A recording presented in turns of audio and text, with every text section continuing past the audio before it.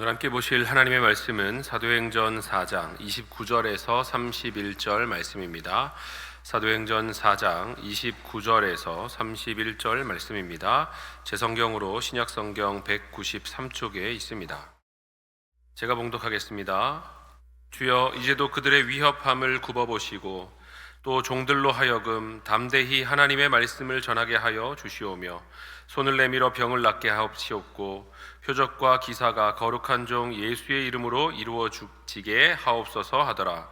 빌기를 다함에 모인 곳이 진동하더니 무리가 다 성령이 충만하여 담대히 하나님의 말씀을 전하니라. 아멘.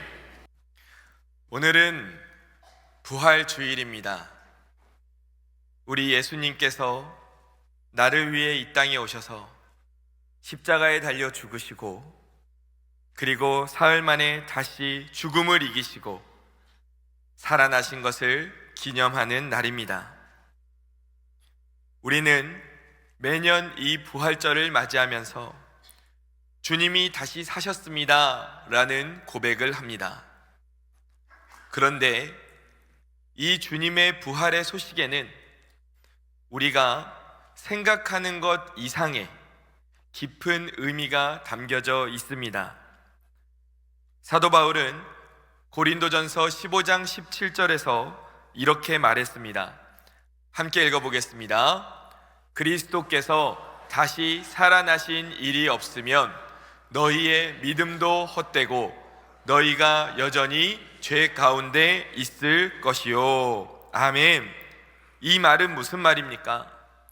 예수님의 부활이 없었다면 우리는 여전히 죄 가운데 있어서 우리에게 구원도 없었을 것이고, 그리고 우리가 하나님 앞에 나아가지도 못했을 것이라는 말씀입니다. 그만큼 예수님의 부활은 그냥 우리의 입술의 고백으로 우리가 연중에 한 번 기념하고 넘어갈 만한 그러한 일이 아닙니다. 예수님의 부활의 소식은 우리의 신앙의 핵심이 되며 전 인류의 역사상 가장 중요한 사건이 됨을 믿으시기 바랍니다. 우리는 이 부활을 잘 알고 있습니다. 믿고 있습니다. 그리고 지금도 기념하고 있습니다. 그런데 우리가 여기에서 한 가지 더 생각해 볼 것이 있습니다. 우리가 이 부활의 소식이 얼마나 중요한지를 잘 알고 있으면서도 그 소식을 전하지 않고 우리 안에서만 가지고 살고 있지는 않습니까? 어떤 사람이 있었습니다. 이 사람은 형편이 어려운 가운데 있었지만 나름대로 열심히 그 삶을 잘 살고 있었습니다. 그러던 어느 날 이 사람이 아주 큰 유산을 받게 되었습니다. 평생을 먹고 살고도 남을 만큼 대단한 재산이었습니다. 그런데 문제가 있었습니다. 이 사람이 자신이 유산을 받게 되었다는 그 사실을 몰랐다는 것입니다. 결국 어떻게 되었을까요? 그 사람은 여전히 어려운 형편으로 살았습니다. 받을 유산이 있었지만, 그 사람을 위해 준비되어 있었지만 이 사람이 그 사실을 모르니까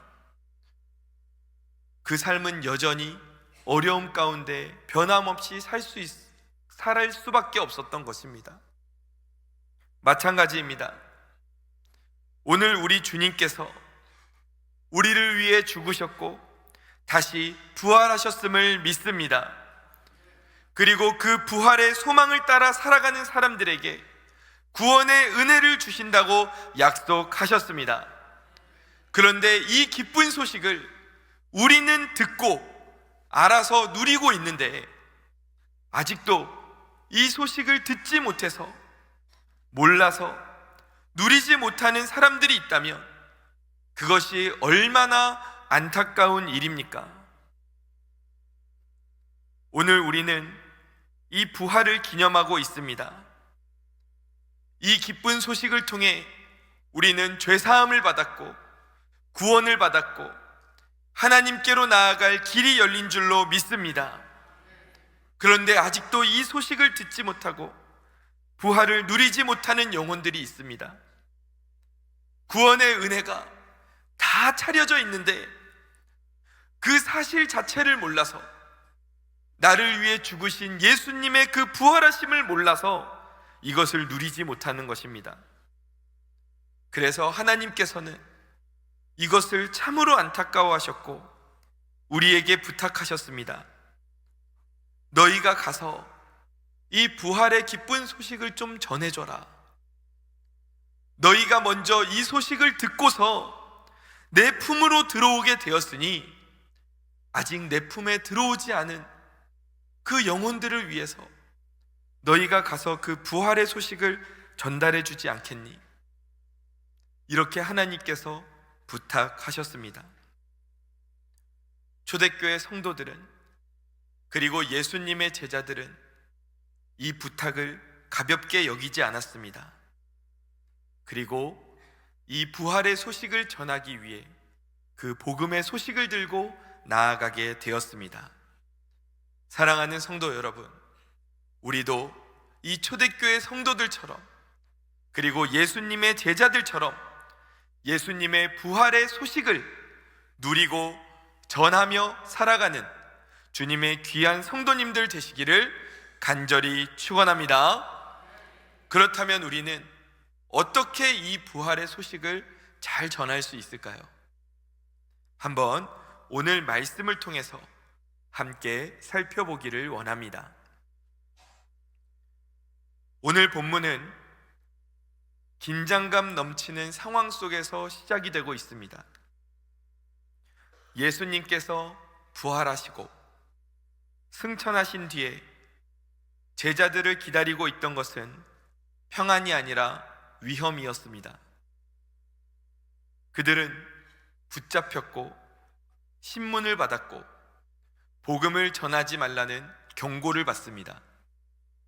사도행전 4장 17절을 보면 이것이 민간에 더 퍼지지 못하게 그들을 위협하여 이후에는 이 이름으로 아무에게도 말하지 말게 하자라고 결의합니다.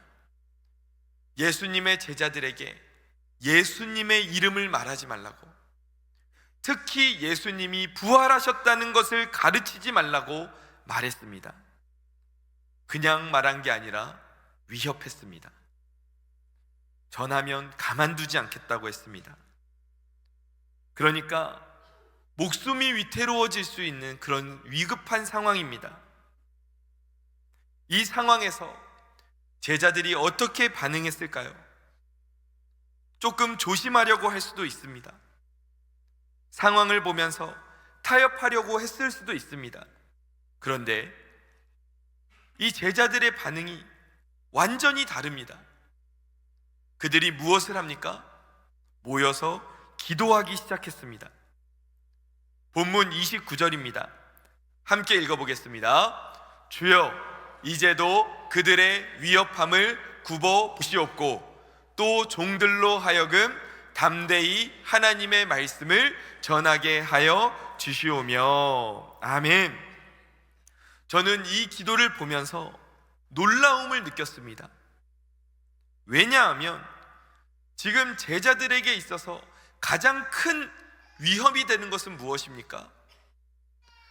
지금 제자들은 복음을 전하다가 목숨을 잃을 수도 있는 상황입니다. 그러면 그 위험을 먼저 없애달라고 하는 것이 가장 처음 해야 될 기도 아닙니까? 그런데 제자들은 문제를 해결해 달라고 기도하지 않습니다. 오히려 담대하게 우리가 말씀을 전하게 해주십시오라고 기도합니다.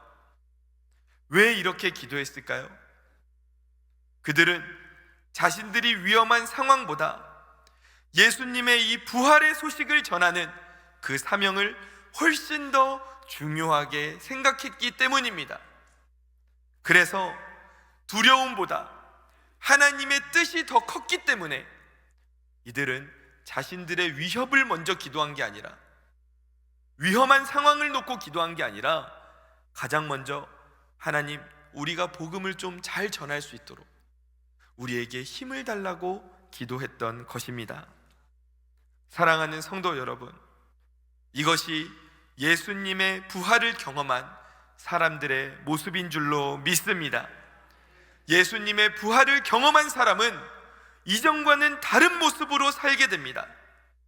이전에는 나를 둘러싼 상황을 보고 움직였다면 이제는 하나님이 주신 사명을 따라 움직이는 것입니다. 이제는 하나님의 뜻을 따라서 그것을 기준 삼아 움직이는 것입니다.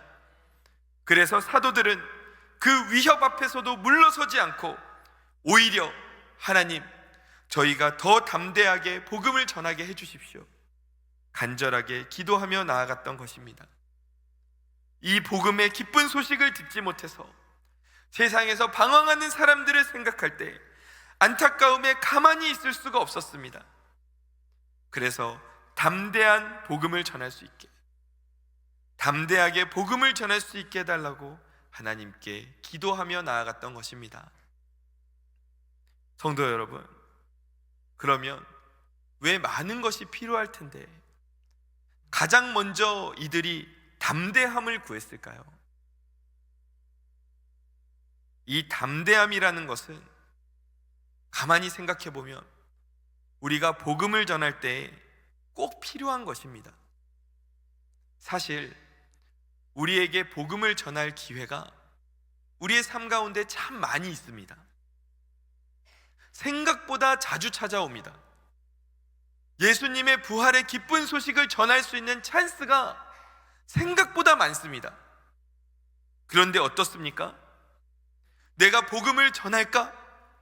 그때 우리 마음속에서 이런 생각이 듭니다. 내가 괜히 이렇게 복음을 전했다가 곤란한 상황에 놓이지는 않을까? 상대방이 내 말을 듣고 기분 나빠하면 어쩌지? 그냥 이번에는 지나칠까? 이러한 생각 때문에 내가 복음을 전할 기회를 놓쳐버릴 때가 너무나도 많습니다. 그래서 사도들은 그 복음의 기회 앞에서 멈추지 않기 위해서 하나님께 가장 먼저 담대함을 구했던 것입니다. 하나님, 기회가 오면 제가 복음 들고 뛰어들겠습니다. 뛰어들 수 있도록 저에게 주저하지 않는 담대함을 주십시오. 그래서 제자들은, 초대교회 성도들은 함께 모여 기도하면서 복음을 전하기 위해 가장 먼저 담대함을 달라고 기도했습니다. 사랑하는 성도 여러분, 오늘 하나님께서도 우리를 부활의 소식을 전할 사람으로 부르고 계십니다. 그러면 우리도 어떻게 그 자리로 나아가야 할까요? 가장 먼저 기도의 자리로 나아가야 한다는 것을 믿으시기 바랍니다. 이 기도를 통해서 우리도 기회를 놓치지 않고 복음을 전할 담대함을 얻게 될 줄로 믿으시기 바랍니다. 아멘. 이렇게 예수님의 부활의 소식을 전할 그 마음의 준비가 되어 있었던 제자들은 가장 먼저 하나님께 기도하면서 담대함을 구했습니다. 그리고 또 기도합니다. 무엇이라고 기도합니까? 본문 30절 말씀을 보면 함께 읽어보겠습니다. 손을 내밀어 병을 낫게 하시옵고 표적과 기사가 거룩한 종 예수의 이름으로 이루어지게 하옵소서 하더라. 아멘. 사도들이 담대함에 이어서 또 무엇을 구하고 있습니까? 표적과 기사를 구하고 있습니다. 이들이 이 놀라운 일을 구했던 것은, 병을 낫게 하는 그 능력을 원했던 것은 자신들을 드러내기 위해서가 아니었습니다. 예수 그리스도를 드러내기 위함이었습니다. 사도행전 3장 6절을 보니까 어떤 사건이 있었냐 하면, 예수님의 제자 베드로가 성전으로 들어가다가 미문에 앉아있던 한 안진뱅이를 보게 됩니다. 그런데 그 사람을 보고 베드로가 무엇이라고 말합니까? 은과 금은 내게 없지만 내게 있는 이것을 너에게 주노니 나사렛 예수 그리스도의 이름으로 일어나 걸으라 라고 말합니다. 그리고 이 말을 듣고 어떤 일이 일어납니까? 그 사람이 실제로 일어나 걷고 뛰는 놀라운 역사가 일어나게 됩니다. 사람들이 다 그 놀라운 기적을 지켜봤습니다. 그런데 사람들의 생각이 어디로 흘러가느냐? 아니, 이 사람이 지금 기도할 때 나사렛 주 예수 그리스도의 이름으로 기도를 했는데 이러한 놀라운 기적이 일어났다고? 그러면 도대체 그 예수 그리스도란 사람이 누굴까? 그래서 이후에 베드로가 복음을 전할 때 사람들이 더 귀를 기울이고 그 복음을 더 잘 들으면서 하나님께로 나아오게 되었던 것입니다. 사도들이 이 모습을 봤습니다. 그리고 나서 알게 된 것입니다. 우리가 예수 그리스도의 이름으로 놀라운 일들을 행할 때 하나님께서 이것을 통해 영광을 받으시는구나. 그리고 우리의 이 일들을 통해서 내 이름이 나타나는 게 아니라 예수님의 이름을 우리가 높일 수 있구나. 그래서 사도들은 복음을 전하기에 앞서서 기도하면서 예수님께 능력과 그리고 이적을 일으킬 그 능력을 구했던 것입니다. 예수의 이름이 전해지기를 원해서 자기 자랑이 아니라 예수님의 이름을 높이기 위해서 그렇게 하나님께 기도하는 가운데 능력을 구했던 것입니다. 사랑하는 성도 여러분, 이 사도들이 처음부터 뛰어난 능력이 있어서 복음을 잘 전한 것이 아닙니다. 기도하는 가운데 하나님께서 담대함을 주셨고 또 이들에게 능력을 주셨기 때문에 이들이 복음을 잘 전할 수 있었습니다. 이들도 연약한 사람들이었습니다. 우리와 똑같이 위협 앞에서 두려움을 느끼는 사람들이었습니다. 그러나 그들이 기도의 자리로 나아갔을 때 하나님께서는 그들에게 담대함을 주시고 능력을 주셔서 복음을 잘 전할 수 있도록, 예수님의 부활의 기쁜 소식을 전할 수 있도록 함께 하셨던 것입니다. 우리는 때때로 이렇게 생각합니다. 난 아직 준비가 안 된 것 같아. 내가 조금 더 준비가 되면 그때 복음을 전해야지. 내가 조금 더 확신이 생기면 그때 전해야지. 내가 조금 더 담대해지면 그때 전해야지. 그러나 성경은 무엇이라 말씀하십니까? 준비가 다 된 후에 나가는 게 아니라 가장 먼저 기도의 자리로 먼저 나오라고 하십니다. 그리고 그 기도의 자리에서 하나님이 주시는 담대함과 능력을 받고 나아가면 우리가 부활의 기쁜 소식을 전할 수 있게 된다 말씀하시는 것입니다. 예수님께서도 사도행전 1장 8절에서 무엇이라고 말씀하십니까? 함께 읽어보겠습니다. 오직 성령이 너희에게 임하시면 너희가 권능을 받고 예루살렘과 온 유대와 사마리아와 땅끝까지 이르러 내 증인이 되리라 하시니라. 아멘. 우리가 땅끝까지 증인이 되기 위해서 하나님께서는 우리가 권능을 받아야 된다라고 말씀하십니다. 그런데 그 권능이 어디에서 오느냐? 우리가 기도하는 가운데 받는 그 성령의 임재가 권능이 됨을 믿으시기 바랍니다. 그래서 우리는 이 부활의 기쁜 소식을 마땅히 전하는 사람들이 되어야 하는데, 그 기쁜 소식을 전할 때 가장 먼저 어디로 나아가야 합니까? 기도의 자리로 나아가야 하는 것입니다. 그 가운데 하나님께서 우리에게 담대함도 주시고 복음을 전할 때 나타나는 능력도 주실 줄로 믿습니다. 그래서 내가 먼저 받은 이 기쁜 소식을 통해 내가 구원을 누렸듯이 아직도 이 소식을 몰라 세상에서 괴로워하고 있는 영혼들에게 우리가 이 복음의 기쁜 소식을 전해서 구원의 역사가 일어나고 그리고 함께 기뻐하며 하나님께 영광을 돌리는 그 귀한 역사를 체험하며 나아가는 저와 성도님들 되시기를 주님의 이름으로 간절히 축원합니다. 아멘. 이렇게 사도들이 담대함과 능력을 구하며 간절하게 기도할 때 어떤 일이 일어났습니까?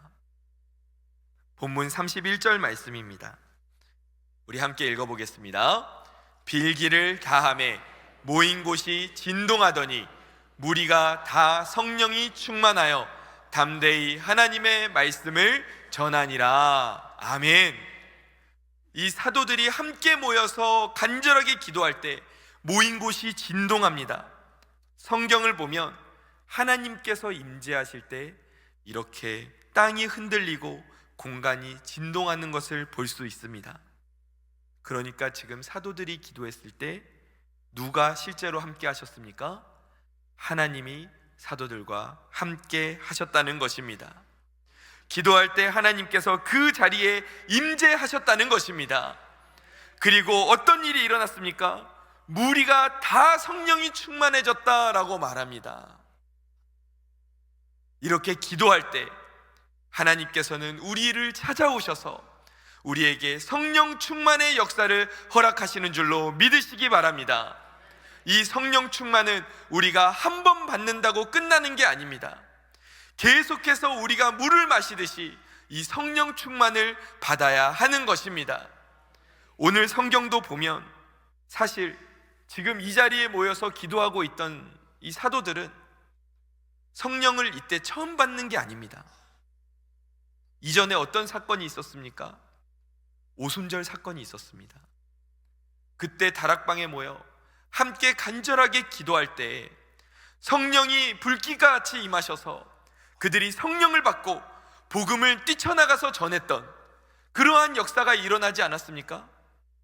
그런데 그 이후에 또 하나님께서 이들을 성령 충만하게 하셨다고 합니다.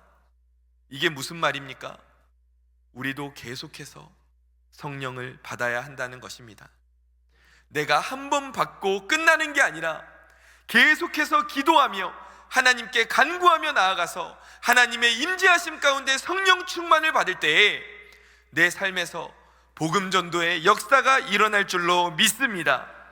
어제 내가 은혜를 받았다고 해서 오늘도 내가 자동으로 담대해지는 게 아닙니다.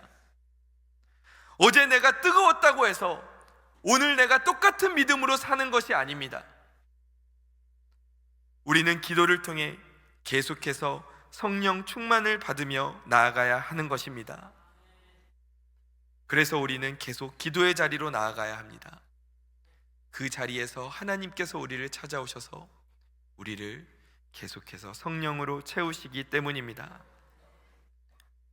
이렇게 제자들이 기도의 자리로 나아가서 그들은 담대함을 얻었고 능력을 얻었고 성령이 충만해져서 이제 담대하게 하나님의 말씀을 전하게 되었습니다.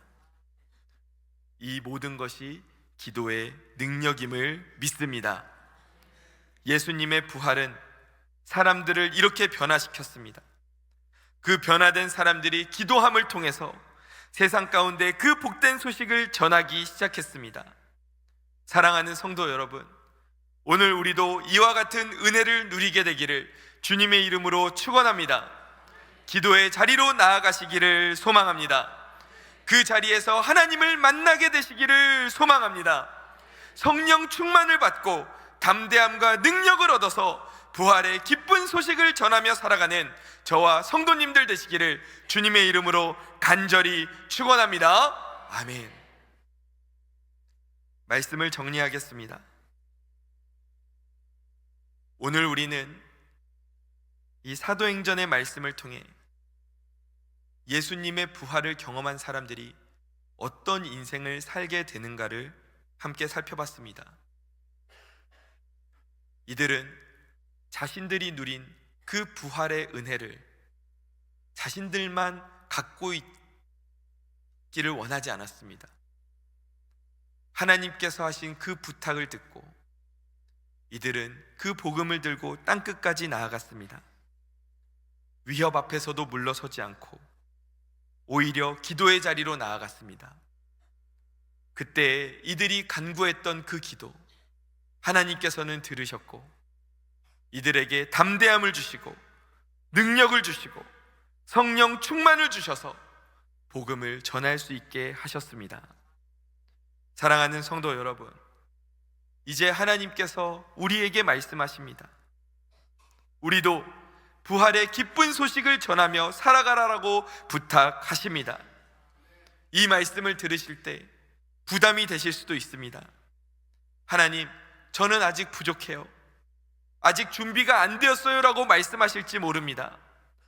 그러나 하나님께서는 아직도 부활하신 예수님의 소식을 듣지 못해서 세상에서 방황하는 영혼들을 보라고 말씀하십니다. 그리고 우리가 그 기쁜 소식을 잘 전할 수 있도록 기도를 통해 능력을 주신다 말씀하셨습니다. 그래서 하나님께서 우리를 기도의 자리로 계속 초대하시는 것입니다. 기도의 자리에 능력이 있기 때문에, 기도의 자리에 소망이 있기 때문에, 그래서 하나님께서는 우리를 오늘도 기도의 자리로 부르고 계십니다. 성도 여러분, 지금 우리는 지난주부터 제29차 다니엘 세일의 특별 새벽 기도회를 하나님 앞에 나아가고 있습니다.